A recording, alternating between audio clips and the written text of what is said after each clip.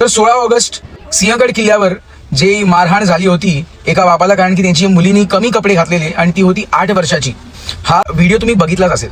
तर माझं फक्त एवढंच म्हणणं आहे समस्त हिंदू बांधव आर्मी यांना, की बाबांनो तुम्ही जे कार्य करताय खूप जबरदस्त कार्य करताय. म्हणजे जिथे लोक येत आहेत, सिगरेट पित आहेत किंवा असं दुष्कर्म करतायत, तर त्यांना तुम्ही धडा शिकवताय, मी सपोर्ट करतो. पण एका बापाला 8 वर्षाची मुलगी जिने कमी कपडे घातलेले, माझा एक प्रश्न येतो की तुम्ही त्या मुलीकडे तशा नजरेने का बघताय?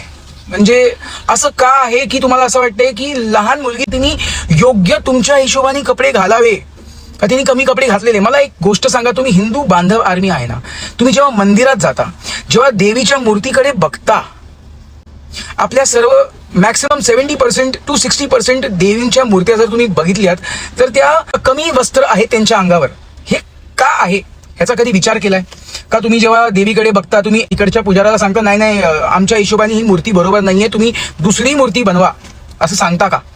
ज्या आपल्या पुरातन काळातल्या आलेल्या मूर्त्या आहेत, देवी आपल्याला काय शिकवते की जेव्हा एक भक्त माझ्याकडे येतोय, तो कुठच्या नजरेने माझ्याकडे बघतोय, त्याच्या डोळ्यात भाव काय आहेत, तो माझ्या डोळ्यांमध्ये बघतोय, तो कुठे बघतोय, ह्यावरूनच देवी ठरवते की तो भक्त जो आलेला आहे माझ्याकडे तो काय त्याची लायकी आहे.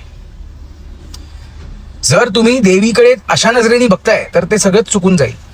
तर सांगायची गोष्ट अशी, आपला हिंदू धर्म आपल्याला हे शिकवतो की आपल्या नजरा आपल्याला सुधारायला पाहिजेत, आपला जे चरित्र आहे ते सुधारायला पाहिजे, ना की त्या मुलीने किती कपडे कमी घातलेत.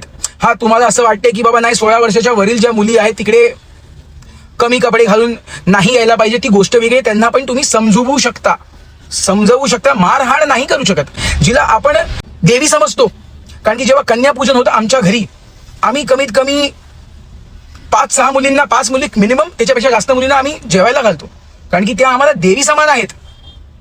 तर हे हिंदुत्व आपल्याला शिकवतं. आणि तुम्ही काय शिकवताय त्या मुलांना मारून? म्हणजे त्यांचे आई वडील कधीच गड किल्ल्यांवर आपल्या मुलांना आणणारच नाहीत. ते सांगतील बाबा इकडे तर मारहाण होते. आपलं हे जे महाराजांनी दिलेलं हिंदुत्व आहे ते कसं आपण त्यांच्यापर्यंत पोहोचवणार, हा विचार तर करा. बाकी तुम्ही जास्त हिंदू आहात, कदाचित तुम्ही हा विचार नसाल करत, तर क्षमा असावी. हर हर महादेव, सत्यमेव जयते.